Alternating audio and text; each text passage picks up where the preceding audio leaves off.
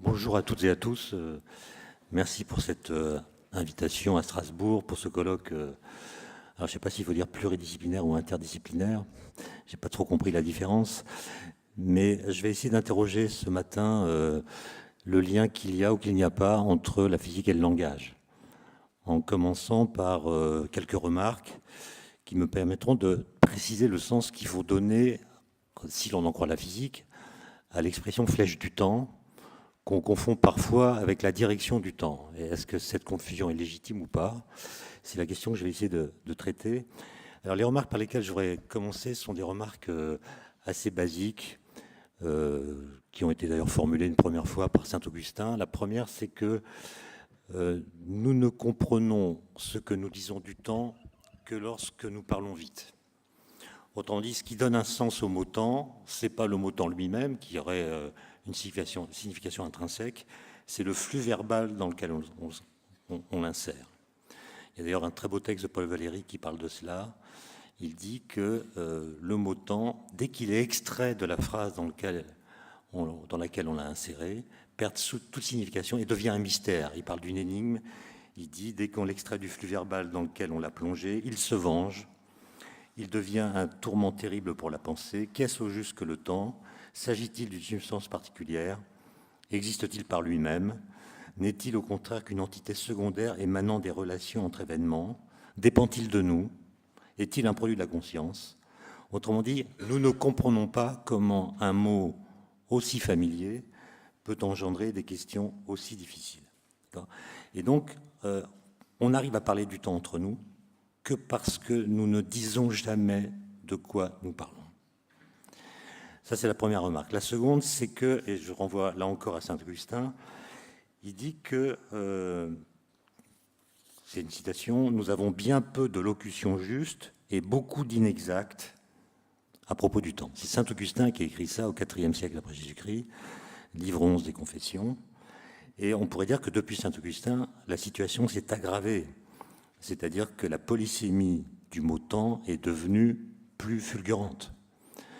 On utilise aujourd'hui le mot temps, et la liste que je donne n'est pas complète, pour désigner aussi bien la succession, la simultanéité, la durée, le changement, le devenir, l'attente, l'usure, la vitesse, le vieillissement, l'argent, la mort, etc. Et donc ça fait à l'évidence beaucoup trop pour un seul mot. Alors on peut évidemment utiliser cette polysémie pour faire de la transdisciplinarité. Mais à un moment, il faut quand même réfléchir à la question de quoi on parle, qui fédère cette transdisciplinarité. Et donc, pour reprendre un terme de Paul Valéry, il faut procéder à un nettoyage de la situation verbale. C'est-à-dire, il faut faire un travail critique sur le langage. Penser, disait Wittgenstein, c'est être en lutte avec la langue et tenter de préciser de quoi nous parlons lorsque nous parlons du temps. Non. Alors pendant très longtemps, à titre personnel, j'ai considéré que comme la physique a fait ses preuves, a gagné une efficacité remarquable, elle pouvait être le monsieur propre qui allait faire ce travail de nettoyage du langage. Songez par exemple que la découverte du boson de Higgs en 2012 a à voir avec la question du temps. Le champ de Higgs, c'est ce qui donne une masse aux particules élémentaires. En relativité, pour qu'une particule ou un référentiel ait un temps propre, il faut que la particule soit dotée d'une masse. Et donc c'est une découverte qui a à voir avec la question du temps. Si j'ai le temps, je préciserai un peu plus. Mais donc il y a une efficacité opératoire de la physique que personne ne peut contester, qui pourrait être un argument ou un point de départ pour essayer de voir ce que la physique dirait du temps si elle pouvait parler, et de comparer ce qu'elle dirait du temps si elle pouvait parler à ce que nous disons du temps. Bon. Et c'est ce qui m'a conduit à écrire un certain nombre de livres sur la question. Mais il y a une réserve.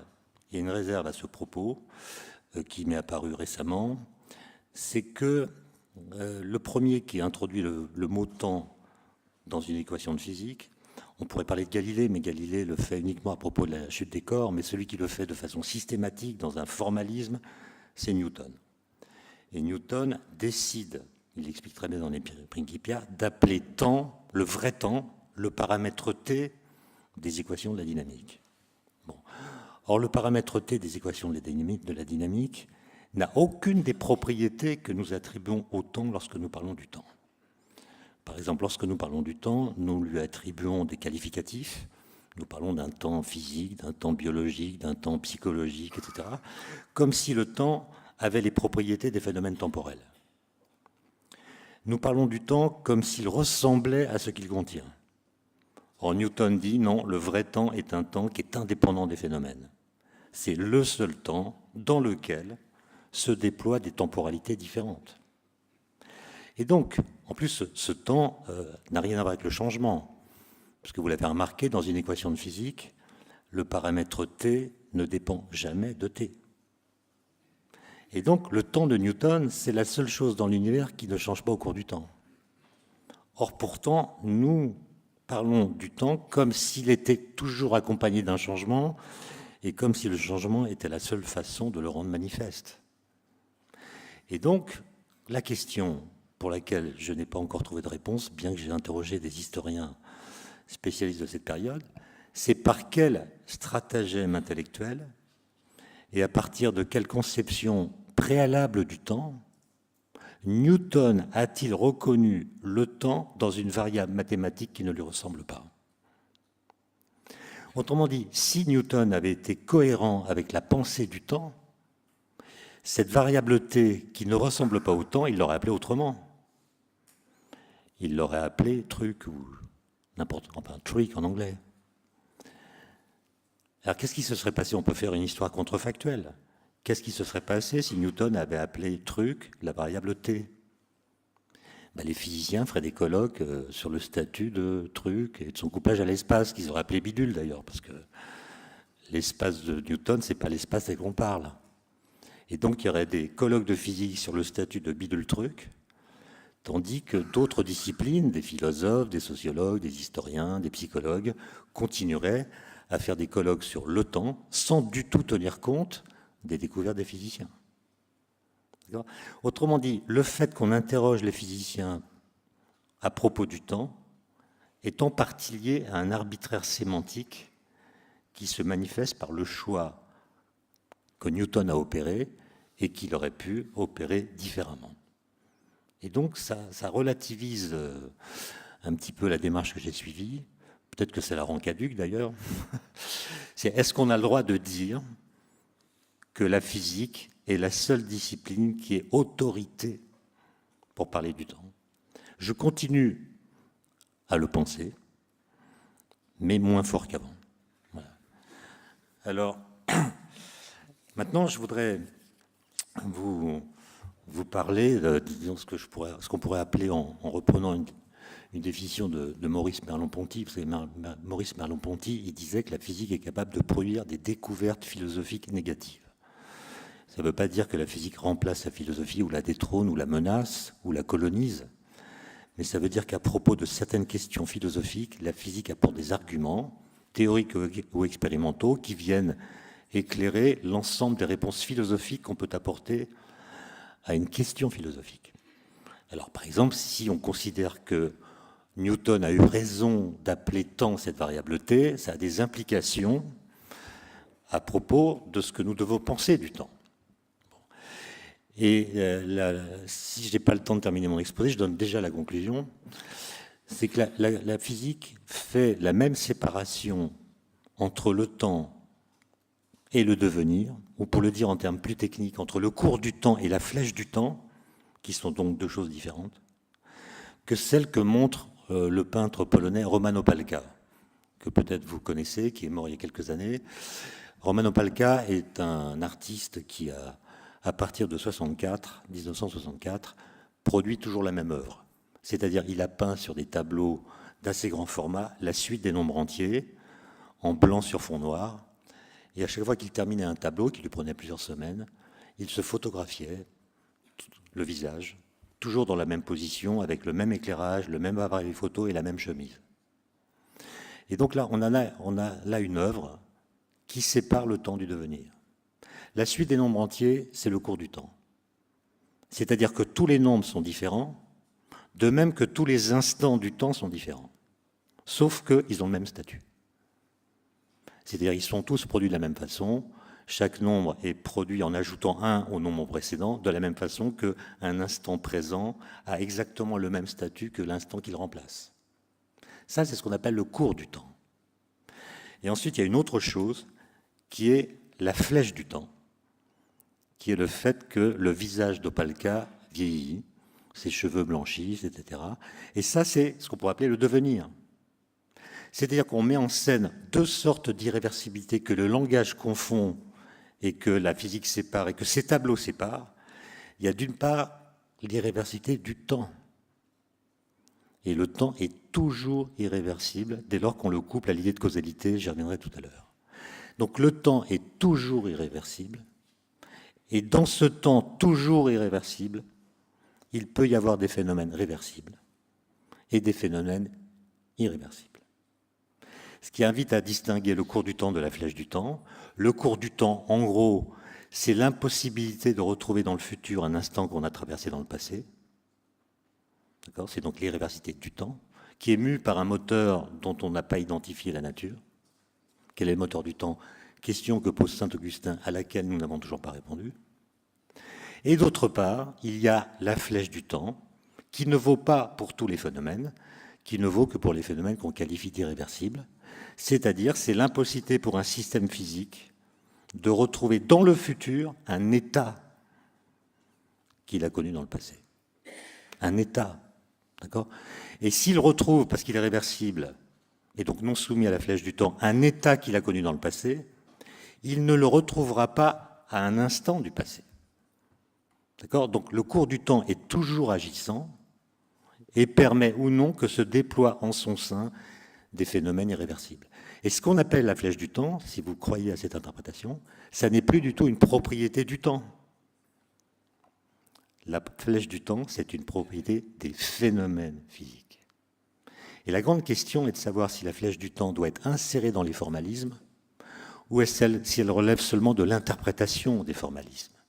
Ça, c'est un grand problème au XIXe siècle, dans la deuxième moitié, puisque précisément toutes les équations fondamentales de la physique sont réversibles. Quand vous changez t en moins t, ça ne change pas l'équation. Et donc, dans les équations, il n'y a pas de flèche du temps. Il y a toujours un cours du temps. Mais il n'y a pas toujours, il n'y a même jamais, quand on s'intéresse aux formalismes fondamentaux, de flèche du temps. Et donc, il y a le grand débat, qui a commencé avec Boltzmann, Ostwald, qui a été repris par Prigogine, etc. Est-ce que la physique est incomplète parce qu'elle a oublié de traduire l'irréversibilité des phénomènes dans ses formalismes ? Ou bien est-ce qu'elle est complète et l'irréversibilité doit être interprétée comme un phénomène qui peut naître dans un contexte d'équation réversible ? Ça sera la position de Boltzmann, comme je pense que vous savez. Alors, avant d'aller un peu plus vers cette conclusion, je voudrais m'attarder sur la causalité. Le lien entre temps et causalité, puisque comme vous le savez, depuis Newton précisément, les formalismes de la physique ont toujours été contraints par le principe de causalité. Au début, on l'a exprimé en invoquant directement l'idée de cause, avec l'idée que tout phénomène est l'effet d'une cause qui l'a précédé. Mais la notion de cause a disparu de la physique, notamment à cause de la physique statistique, mais surtout à cause de la physique quantique. Simplement, on a oublié qu'elle avait disparu, c'est-à-dire qu'on continue d'utiliser le mot cause, et ça produit toujours une sorte de vertige qu'avait noté Emil Meyerson dans un livre assez remarquable de 1934 qui s'intitule « Philosophie de la nature et philosophie de l'intellect ». Et dans cet ouvrage, Meyerson dit ceci : « Les phénomènes naturels se suivent et semblent se commander, la cause entraîne l'effet. Mais comment cela se fait-il ? Quel est le lien qui relie l'effet à la cause ? Et y a-t-il même un lien, un ciment qui rattache la cause à l'effet ? Ou s'agit-il d'une pure illusion de l'esprit, née de ce que nous avons l'habitude de les voir se poursuivre dans le temps et que nous transposons cette constatation en nécessité en transformant la séquence en conséquence ?» Et donc l'idée que développe Meyerson, c'est qu'il y a toujours un abus de causalité, c'est-à-dire que nous avons toujours tendance à voir, lorsque des événements se succèdent, une conséquence et non pas simplement une séquence des événements. Nous avons tendance, pour le dire avec d'autres mots, la causalité serait pour nous, en somme, la tentation qui existe en notre esprit, qui nous pousse à considérer toute séquence d'événements comme le déroulement temporel d'une suite concaténée dont le dernier événement serait la conséquence directe ou indirecte du premier. Quelque chose dans notre entendement réclamerait de voir le monde comme une vaste chaîne causale. Et vous savez qu'il y a beaucoup de journalistes qui confondent causalité, corrélation, coïncidence. Donc ça fait du bien de relire ça aujourd'hui. Et cette puissance de notre entendement qui voit de la causalité partout, c'est ce que David Hume considérait comme l'un des 3 principes d'association fondamentaux, avec la ressemblance et la contiguïté. Et donc la question qui est posée, c'est est-ce qu'il existe vraiment un ciment des choses par lequel l'effet et la cause sont concaténés, ou bien est-ce que la causalité est un délire de notre entendement? Alors, en fait, avec ces airs un peu badins, la causalité pose d'énormes problèmes, qui sont peut-être d'ailleurs le contrepoint des problèmes posés par les notions de hasard et de contingence. Parce qu'en fait, les notions de hasard et de causalité sont connectées au sens où chacune d'elles se déploie dans l'ombre de l'autre. La causalité se déploie dans l'ombre du hasard, le hasard se déploie dans l'ombre de la causalité, avec cette idée que l'usage de la notion de hasard est presque toujours lié à une difficulté de l'explication causale. Dès qu'il manque une explication causale, on dit tiens, c'est par hasard ou c'est contingent. Souvenez-vous du débat entre Einstein et Bohr à propos du statut du hasard en mécanique quantique, ça porte exactement sur cette question. Et donc on pourrait dire que le hasard, pour les physiciens, est en quelque sorte le purgatoire de la causalité. Le purgatoire de la causalité, c'est-à-dire on met le hasard dans le purgatoire tant qu'on n'a pas trouvé une explication causale. Et ce qui est remarquable, c'est qu'il y a des situations où on a pu sortir le hasard du purgatoire, notamment avec l'histoire des paramètres cachés en mécanique quantique. Les expériences d'Asper ont montré ce qu'on appelle la non-séparabilité, l'intrication quantique, qui a montré que le hasard qu'on invoque en physique quantique n'est pas un hasard qui serait lié à notre méconnaissance des détails fins qui se produisent dans un processus, mais c'est un hasard intrinsèque. Donc il n'y a pas de purgatoire qui lui soit associé. Alors il existe de multiples définitions de la causalité. Il y a une citation quand même de Russell que j'aime beaucoup, qui est celle-ci. Il faut que je la retrouve.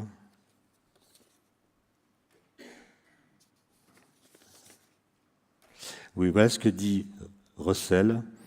Il dit les physiciens n'invoquent plus de façon explicite le concept de cause, même s'il demeure présent dans certains discours. La cause en est, si j'ose dire, qu'il en va du concept de cause comme il en va de la monarchie anglaise, à savoir qu'on ne l'a laissé survivre que parce qu'on suppose à tort qu'elle ne fait pas de dégâts. Et Russell prend l'exemple de la loi de gravitation pour montrer comment celle-ci, cette loi de la gravitation de Newton, aplatit la notion de causalité. On pourrait dire un corps tombe parce qu'il a un poids. Un poids dans un champ de gravitation, ça provoque la chute. Donc on pourrait dire que le poids est la cause de la chute. Mais en réalité, la loi de gravitation, elle ne dit pas ça. Quand vous la prenez mathématiquement, elle dissout l'idée même de causalité dans l'idée de loi. Et alors, Russell dit ceci, dans les mouvements des corps gravitant ensemble, il n'y a rien qui puisse être appelé une cause, et il n'y a rien qui puisse être appelé un effet. Il y a simplement une formule qui permet de calculer la configuration du système à n'importe quel instant. Et donc vous voyez comment l'idée de loi, sans même invoquer la physique quantique, comment l'idée même de loi physique dissout la notion même de cause. Alors, simplement, pour ne pas trop m'attarder sur les subtilités philosophiques qui sont quand même nombreuses, la définition classique, disons, de la causalité, c'est celle que proposait Hume, en disant que la causalité n'est qu'une simple conjonction constante. C'est-à-dire si l'événement P cause Q, on dira que P, l'événement P, cause Q si Q survient toujours si P précède. Ça, c'est la définition classique. Mais vous voyez qu'elle est problématique parce que si on la croit, alors on pourrait dire que le lever du soleil serait la cause de son coucher, qui serait lui-même la cause de son lever, de sorte que cause et effet seraient solidairement imbriqués dans la même répétition. Vous voyez que cette définition qu'on a tous en tête, en fait, est presque stérile ou problématique. Alors on peut aller un peu plus loin et donner une définition, disons, contrefactuelle de la causalité en disant si la cause n'avait pas existé, l'effet n'aurait pas existé non plus. Alors sans entrer dans les détails, c'est une définition un peu plus fertile, disons, que la première. Pour d'autres encore, la causalité se réduit à une augmentation de la probabilité. L'effet est plus probable lorsque la cause est présente que lorsqu'elle est absente. Mais si la relation n'est pas systématique, si c'est simplement plus probable, comment être sûr qu'une cause est une cause? Je ne sais pas s'il y a des économistes dans la salle, mais c'est une question qu'on pourrait leur poser. Parce que les économistes raisonnent évidemment dans un contexte qui est non déterministe, et ils considèrent que les causes sont des moyens que les agents peuvent utiliser pour rendre les effets attendus plus probables. Mais si la relation n'est pas systématique, comment est-ce qu'on peut être sûr qu'une cause est une cause? Et d'ailleurs, tous les débats que j'entends, je ne comprends rien, mais que j'entends entre économistes, sont des débats qui portent sur cette question. Quand on voit des effets, de quelle cause sont-ils les effets? Et les écoles économiques se disputent à propos de l'identification de ces causes-là. Alors, évidemment, il faudrait que je parle de Kant. Kant, dans la critique de la raison pure, donne une formulation rigoureuse du principe de causalité dans un texte qui s'appelle la deuxième analogie de l'expérience, et il associe causalité et cours du temps. C'est-à-dire, il dit, il y a des phénomènes que je vois se produire dans une succession temporelle qui ne dépend pas de moi. Elle est donc objective. Il prend l'exemple d'un bateau qui descend un fleuve. Si je vois un bateau qui descend un fleuve, la suite des positions du bateau, elle est imposée par le fait que le fleuve coule dans une certaine direction, et c'est cette dynamique du fleuve qui impose une succession des images que je vois dans un certain ordre. En revanche, si je regarde la façade d'une maison, autre exemple qu'il prend, je peux décider de commencer par la regarder en haut, puis de descendre mon regard vers le sol, puis de tourner à droite, etc. Et donc l'ordre des images que je verrai dépend de moi. C'est un ordre subjectif, alors que dans le premier cas, l'ordre était objectif. Et il dit que lorsque l'ordre est objectif, il y a de la causalité en acte. Simplement, pour lui, la causalité, c'est pas une relation temporelle, c'est une relation logique. La cause est logiquement la cause de son effet. C'est une relation logique qui n'est pas temporelle, et il explique que le cours du temps est ce qui va donner à cette expression logique de la causalité une expression temporelle. Autrement dit, ce qu'il appelle le cours du temps, c'est ce qui permet le déploiement de la causalité dans une suite d'événements qui seront liés par une relation logique de cause à effet. Mais il n'y a pas d'abord la cause qui s'arrêterait, puis qui donnerait lieu plus tard à un effet. En fait, la cause est toujours agissante logiquement, elle est encore présente dans les faits.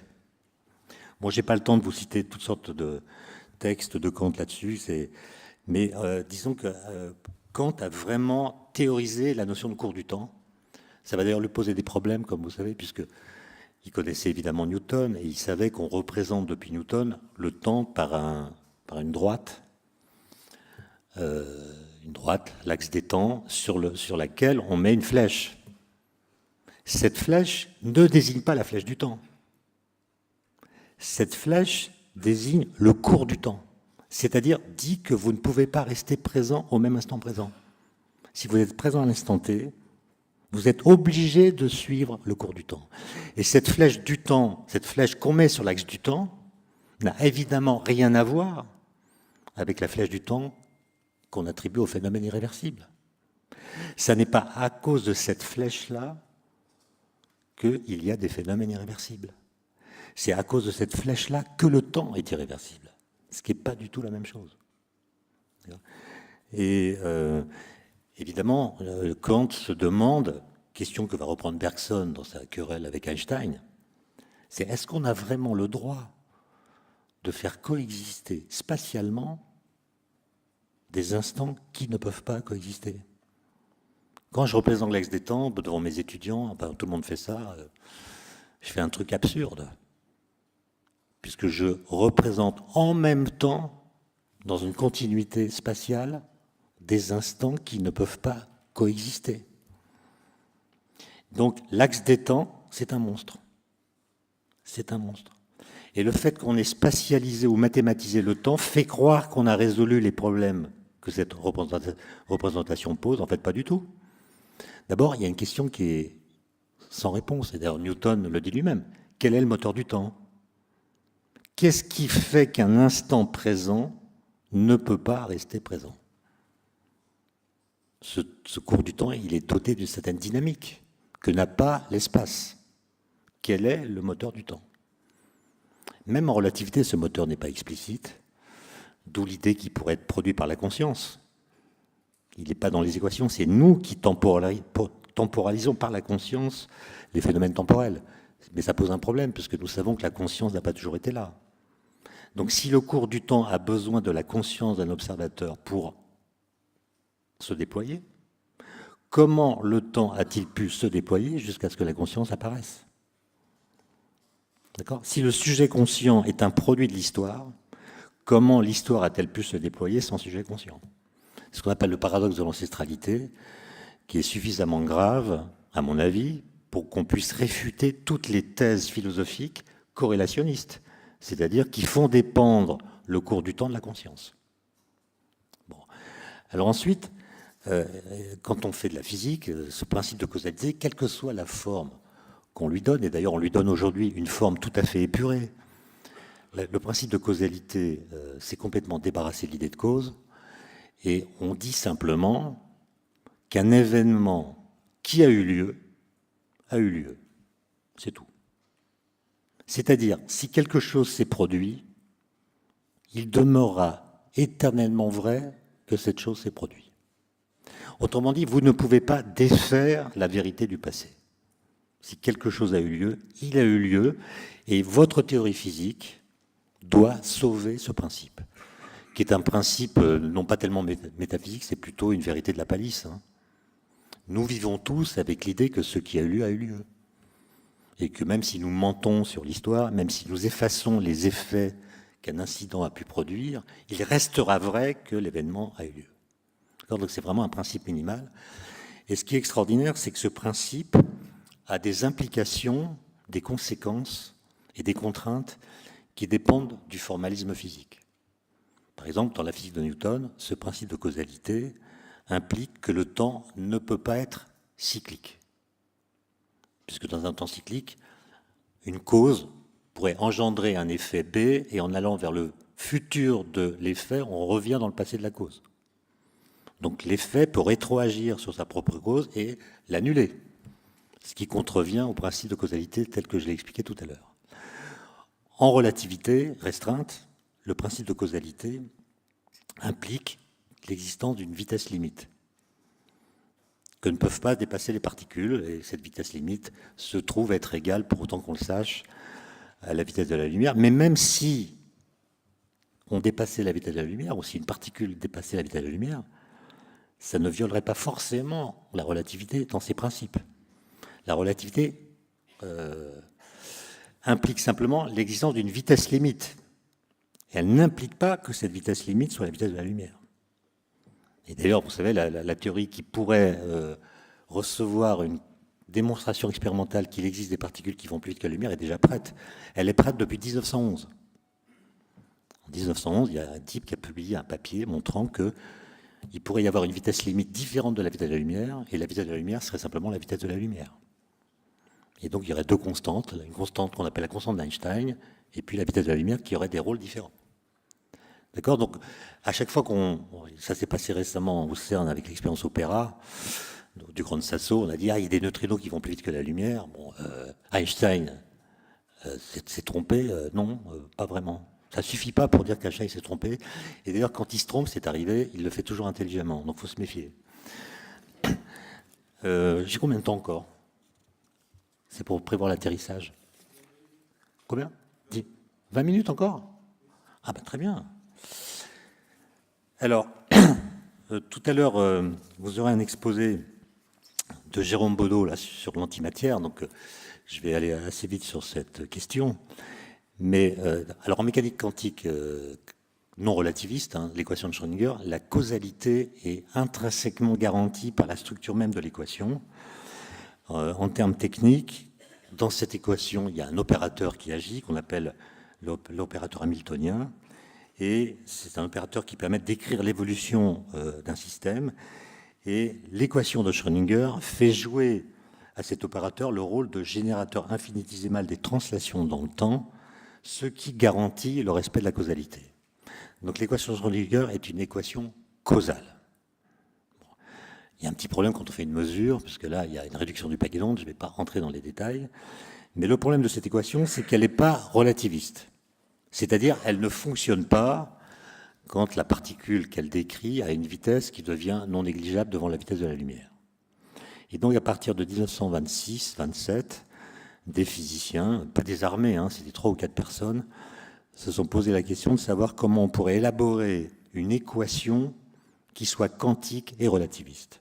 C'est-à-dire qui décrive des objets très rapides, et c'est la raison pour laquelle l'équation doit être relativiste, et très petits, et c'est la raison pour laquelle l'équation doit être quantique, et donc décrire la particule par ce qu'on appelle des vecteurs d'état, qu'on appelait à l'époque des fonctions d'onde. Il y a eu plusieurs tentatives, et celle qui a fonctionné, c'est celle de Dirac, Paul Dirac, en 1928, qui a écrit une équation éponyme, l'équation de Dirac, et il a montré un truc assez extraordinaire, qui est que, en jouant sur ce qu'on appelle les opérateurs de création et d'annihilation, que si on exige que son équation respecte la causalité, ce qu'il n'avait d'ailleurs pas fait dans un premier temps, alors ça a des contraintes incroyables. Ça implique qu'il doit exister des particules d'énergie négative, qui seraient donc des particules qui mathématiquement semblent remonter le cours du temps. Évidemment, Dirac ne croit pas une seconde à cela, et en 1930, il va réinterpréter son équation. Il y a une sorte de flash lors du réveillon de Noël de 1930. Il a compris. Il a compris qu'en fait, ces particules d'énergie négative qui remontent le cours du temps, en fait, sont des antiparticules d'énergie positive qui suivent le cours normal du temps. Et donc, il prédit l'antimatière. Il commence par le faire pour l'électron. Hein. À l'époque, on connaissait guère autre chose que l'électron et le proton comme particules de matière. Et il prédit l'existence du positron qui va être détecté dans le rayonnement cosmique quelques mois plus tard. Bon. Et ça, c'est un événement absolument incroyable, parce que ça répond à la question de Hume. C'est lui qui a imposé à son équation qu'elle respecte la causalité. Il aurait pu prendre une équation qui ne respecte pas la causalité. Or, en mettant cette contrainte de la causalité, il prédit l'existence d'une nouvelle sorte d'objet physique, le positron, qui existe. Ça veut dire que la causalité n'est pas une loi que notre entendement projette sur le monde, mais c'est quelque chose que la nature a reconnu comme principe, au moins dans ces phénomènes-là. Et donc l'existence de l'antimatière est un événement philosophiquement incroyable qui démontre l'existence d'une chose dans laquelle on ne peut pas voyager. Et cette chose dans laquelle on ne peut pas voyager, on a peut-être raison de l'appeler le temps. D'accord ? Le temps, c'est cette chose dans laquelle on ne peut pas voyager. C'est-à-dire que le cours du temps s'impose à vous. Vous ne pouvez pas choisir votre position sur cet axe. Et étant placé quelque part sur cet axe, vous ne pouvez plus choisir librement votre position. D'accord ? Et ça, c'est une expression, disons, de la causalité qui a été raffinée par Paoli dans un article célèbre de 1941, sous ce qu'on appelle l'invariance CPT. Peut-être que Jérôme en parlera tout à l'heure, donc je ne vais pas détailler ça, mais disons, la forme moderne de la causalité aujourd'hui, c'est ce qu'on appelle l'invariance CPT. C'est-à-dire, si vous filmez un processus quelconque, vous avez donc un film, vous tournez le film comme ça, un demi-tour, c'est l'opération parité. On inverse la gauche et la droite. Ensuite, vous le tournez comme ça, c'est l'opération renversement du temps. T devient moins T. Et ensuite, sur le film, à chaque fois que vous voyez une particule, vous la transformez en son antiparticule. Vous faites ces 3 opérations dans l'ordre que vous voulez et vous projetez le film. Évidemment, ce que vous verrez à l'écran est différent de ce que vous avez filmé.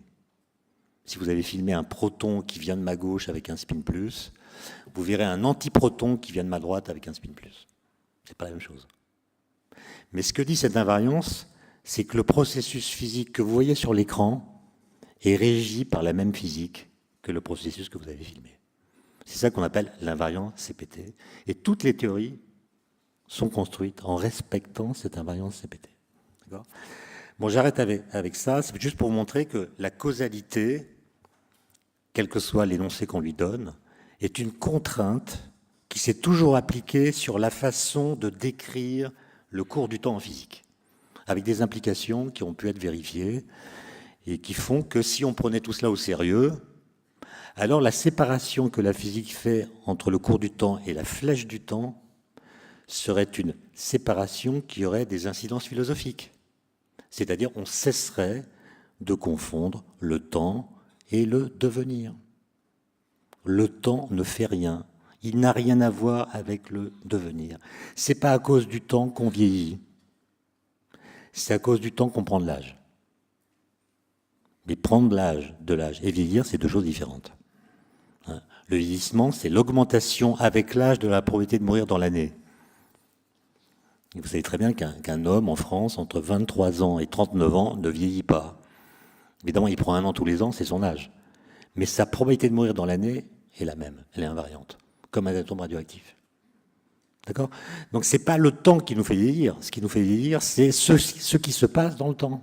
Les phénomènes biologiques, etc. C'est pas le temps qui est responsable de tout ça. Le temps de Newton, il est simplement le garant de l'invariance des lois physiques. Le fait que T ne dépende pas de T dans les équations veut dire que les équations de la physique sont les mêmes à tous les instants du temps. Et donc si vous faites une expérience aujourd'hui, vous aurez le même résultat que si vous la faisiez dans 10 000 ans ou si vous l'aviez faite il y a 1 milliard d'années. C'est tout. Ce temps-là ne fait rien d'autre que transporter l'invariance des lois physiques. Alors on pourrait dire, mais c'est un temps amaigri, c'est un temps incomplet. On a eu tort de l'appeler temps, ça évidemment, on peut discuter. Ça revient à la remarque que je faisais en préambule. Mais si on dit qu'on a eu raison d'appeler ce paramètre le temps, alors il faut en tirer les conséquences. Maintenant, la flèche du temps, c'est un tout autre problème. Rien à voir.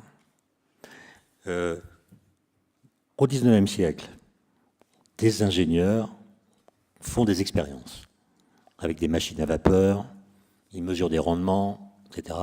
Et ils découvrent des lois empiriques, c'est-à-dire ils déduisent des résultats des mesures qu'ils font des nouvelles lois physiques. Et ils le font tellement bien qu'à la fin, dans 1850 en gros, ils élaborent une nouvelle physique qui s'appelle la thermodynamique. Et ils remarquent que les équations de la thermodynamique ne sont pas réversibles, contrairement aux équations de la mécanique.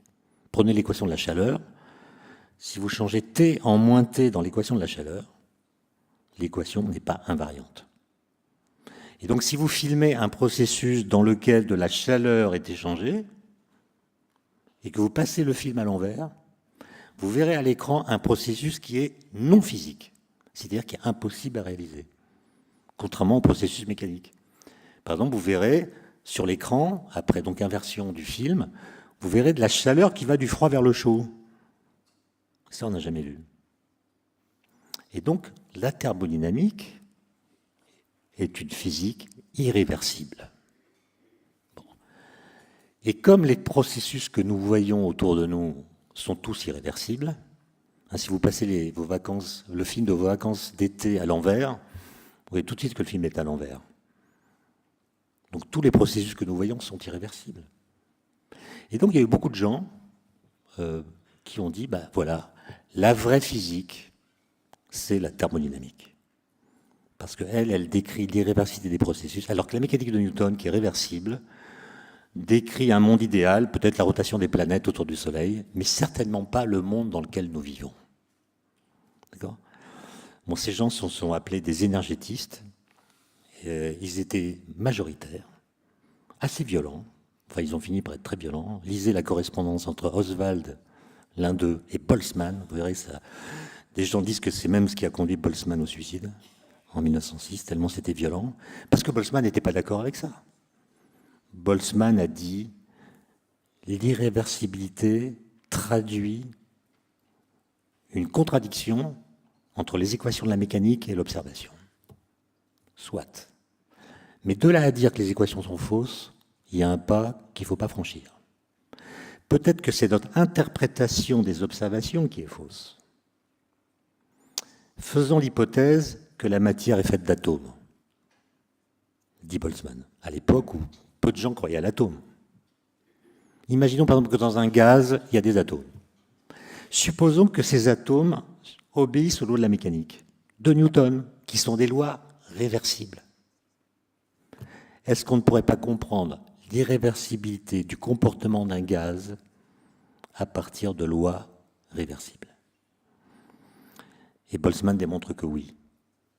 Autrement dit, si on fait l'hypothèse que l'atome existe, alors l'irréversibilité, donc la flèche du temps, peut être comprise à partir d'équations qui la contredisent. C'est facile à comprendre. Si vous filmez une collision de deux boules de billard, vous filmez le truc, les deux boules arrivent comme ceci, elles se choquent, puis repartent dans des directions opposées. Vous filmez ça. Vous voyez, filmez ça, vous passez le film à l'envers. Vous voyez que les trajectoires incidentes et finales sont inversées, donc vous voyez deux boules qui arrivent comme ça, se choquent, puis repartent comme ça. Ce que vous voyez sur l'écran, c'est parce que vous avez filmé.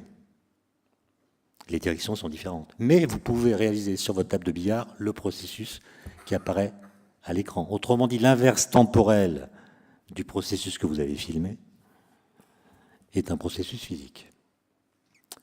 Ça, c'est ce que j'ai dit tout à l'heure. Maintenant, prenez du billard, je ne sais pas si c'est américain ou français, quand on met des boules dans un triangle, on met beaucoup de boules, c'est américain?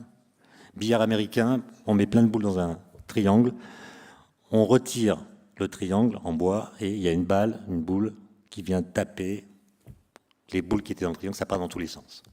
Vous filmez ce processus et vous le passez à l'envers. Qu'est-ce qui se passe?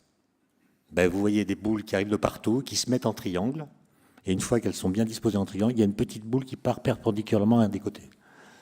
Ça va être dur à faire. Autrement dit, l'inverse temporel de ce que vous avez filmé n'est pas impossible, mais comme le nombre de degrés de liberté dans le système a augmenté, ça devient de plus en plus difficile à faire.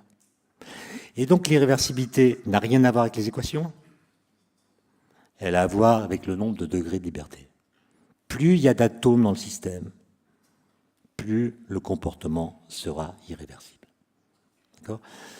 Bon, je l'ai dit, Boltzmann s'est fait massacrer. Les gens lui sont tombés dessus parce qu'il faisait l'hypothèse de l'atome, l'hypothèse métaphysique, nanana. La physique doit décrire ce qu'on voit et non pas se baser sur des hypothèses, etc. C'est Boltzmann qui a inventé l'expression science hypothético-déductive. Boltzmann répond à Oswald, arrêtez de m'emmerder. J'ai le droit de faire les hypothèses que je veux, à condition d'en tirer toutes les conséquences et de trouver les moyens de les vérifier. D'accord ? Donc il prône la liberté du théoricien. D'accord ? Il s'est suicidé en 1906, au mois de septembre, l'année où Jean Perrin, reprenant les calculs d'Einstein sur le mouvement brownien, a démontré l'existence de l'atome. Donc voilà. Alors il y a d'autres explications de l'irréversibilité, de ce qu'on appelle la flèche du temps. La violation de CP dans les interactions faibles, ça sera discuté cet après-midi. Il y a des gens qui l'associent à la mesure en mécanique quantique, il y a des gens qui l'associent à l'expansion de l'univers, etc. Le point important, et ça sera ma conclusion, c'est que, en fait, il y a deux remarques. La première, c'est que les tentatives d'explication de la flèche du temps, c'est-à-dire de l'irréversibilité des phénomènes, pas celle du temps, mobilisent des arguments dont j'ai donné une liste rapide, qui tous diffèrent des contraintes que le principe de causalité impose au cours du temps. Je rappelle, temps linéaire, impossibilité de dépasser la vitesse de la lumière dans le vide, existence de l'antimatière, invariance CPT. Ça, c'est l'expression de la causalité. Et vous voyez que l'explication de l'irréversibilité des phénomènes utilise toujours des arguments différents de cela. Ce qui veut dire que nos façons de rendre compte du cours du temps ne recouvrent jamais nos façons de justifier la flèche du temps, du moins au sein des théories utilisées par les physiciens. C'est l'indice, j'irai même plus loin, je dirais c'est la démonstration que le cours du temps et la flèche du temps sont deux choses distinctes pour la physique contemporaine. L'irréversibilité des phénomènes ne provient pas de l'irréversibilité du temps et vice-versa. Il y a beaucoup de livres de physique où on vous dit le problème de la flèche du temps, c'est d'expliquer pourquoi on ne se souvient pas du futur. Et ils expliquent, deuxième principe de la thermo, etc., croissance de l'entropie, quand vous mettez du lait dans le café, ça fait du café au lait et c'est foutu.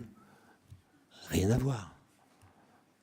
La réponse à la question pourquoi on ne se souvient pas du futur est très simple. On ne s'en souvient pas parce qu'on n'y est jamais allé. Et donc la réponse, c'est le cours du temps, pas la flèche du temps. Et vous avez quand même des gens qui vous expliquent que le moteur du temps, le fait qu'il y ait une irréversibilité du temps, c'est la thermodynamique. Mais c'est pas vrai, toutes les équations de la thermo, équations de Boltzmann, s'écrivent à partir du temps physique de Newton. Et c'est pas la dynamique des phénomènes qui dynamise le temps. C'est même le contraire. C'est le fait que le temps a un moteur qui dynamise les phénomènes. Et donc, vous voyez comment, j'ai parlé de physique et langage, le fait qu'on fasse preuve d'une certaine désinvolture langagière lorsque nous parlons du temps peut laisser entendre que nous travaillons tous sur la même question. Et c'est faux. Les biologistes ne travaillent pas sur le temps biologique. Il n'y a pas de temps biologique. Je ne devrais pas le dire dans un colloque interdisciplinaire, mais par contre, il y a une temporalité propre des phénomènes biologiques. Mais vous voyez que si on considère qu'il y a autant de temps qu'il y a de temporalité, on flingue l'idée même de transdisciplinarité. Chacun a son petit temps. Mais si chacun a son petit temps, vous voyez bien que le temps devient impensable. Et si le temps est impensable, c'est pas la peine de faire des colloques. D'accord ? Il faut faire des colloques sur les choses qui sont un peu pensables. D'accord ? Alors, juste pour finir, pour montrer à quel point ce sujet, même Prigogine, Prigogine a repris les arguments d'Oswald au XXe siècle, mais si ça vous intéresse, vous pouvez regarder un film, on le trouve sur Internet, qui s'appelle Dimension d'Ali, qui a été réalisé par un Espagnol qui s'appelle Joan Ubeda. Vous savez, Salvador Dali, quand il a senti qu'il était très vieux et très fatigué, il a décidé d'organiser chez lui à Cadaqués un colloque qui s'est déroulé en 1985, et il l'avait intitulé « Culture et sciences, déterminisme et liberté ». Et il a inventé tout le monde, des philosophes, des artistes, des scientifiques du monde entier, notamment Ilya Prigogine, qui venait d'avoir le prix Nobel de chimie, et René Thom. Bon, vous savez, il y a déjà eu des polémiques entre Prigogine et Thom par article interposé. Il y a un article de Thom, notamment, qui se moquait de Prigogine, et le titre de l'article, c'était « Halte au hasard, silence au bruit ». Bon, bref. Là, ils se rencontraient pour la première fois, et on voit dans le film la fin de l'intervention de Prigogine, qui dit en gros les physiciens ont tout raté, les physiciens ont oublié le temps n'existe pas en physique. D'accord ?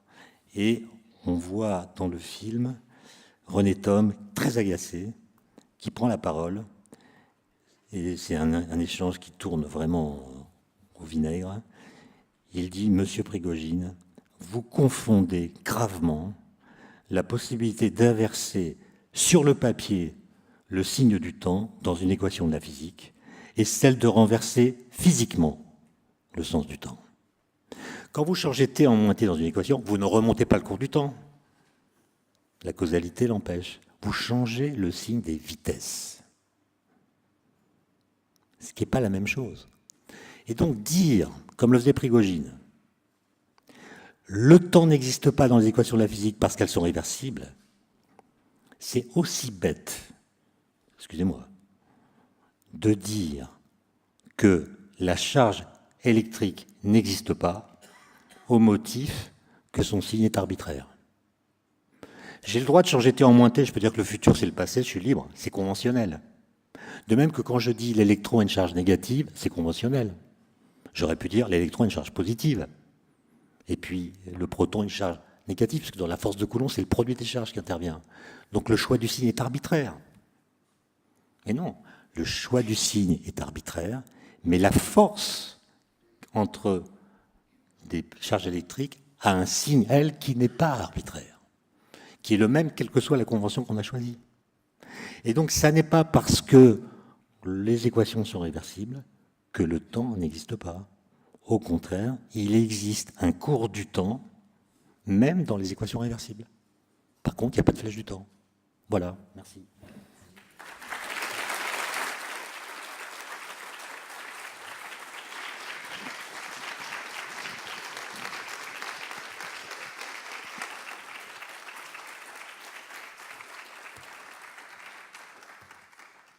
Bien.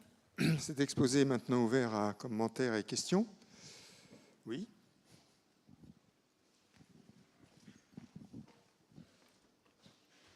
Bonjour Étienne Klein.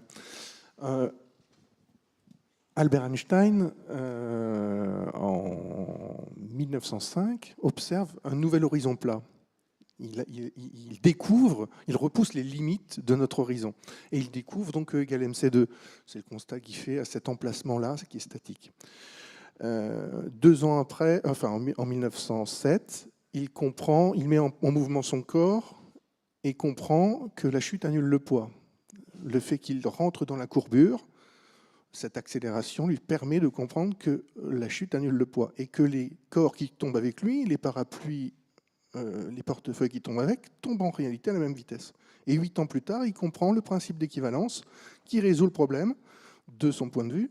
L'accélération synchrone-asynchrone permet de simuler un champ de gravitation et d'annuler un champ de pesanteur. Sauf que, techniquement, en oubliant le mot « humainement » de 1632 prononcé par Galilée, il fait une formule réversible et il perd le fait qu'il oublie que dans la chute, il ne chute pas qu'avec des parapluies et des portefeuilles. Il chute avec l'image du dernier génie, qui dit le contraire de ce qu'elle pense, et il chute avec l'énergie de mouvement du dernier génie, en l'occurrence Newton ou Einstein. C'est que dans la chute, dans son idée de chute, pour que la chute annule le poids, il faut qu'il chute, il comprend la chute grâce au dernier génie. Pas avec... Grâce au dernier quoi ? Grâce au génie précédent. Newton. Oui, Newton. Oui. Il se réfère, il compare, il déconstruit une image du passé, il est obligé de la déconstruire puisqu'il y a une contradiction majeure. Et donc il est obligé de tomber dans la courbure pour pas à pas déconstruire l'image du passé et reconstruire un monde nouveau ensuite sans rien casser à rien. Non, moi je comprends, mais en même temps, je ne dirais pas les mêmes choses que vous, c'est-à-dire, il ne déconstruit pas le passé. Ce que fait Einstein en 1907, quand il comprend qu'en effet, une personne qui tombe ne sent pas son poids, c'est-à-dire que les objets qui tombent avec lui tombent comme lui, donc par rapport à lui, les objets ne tombent plus. Donc il comprend que la cause de la chute, qui est le poids, produit un effet qui annule le poids.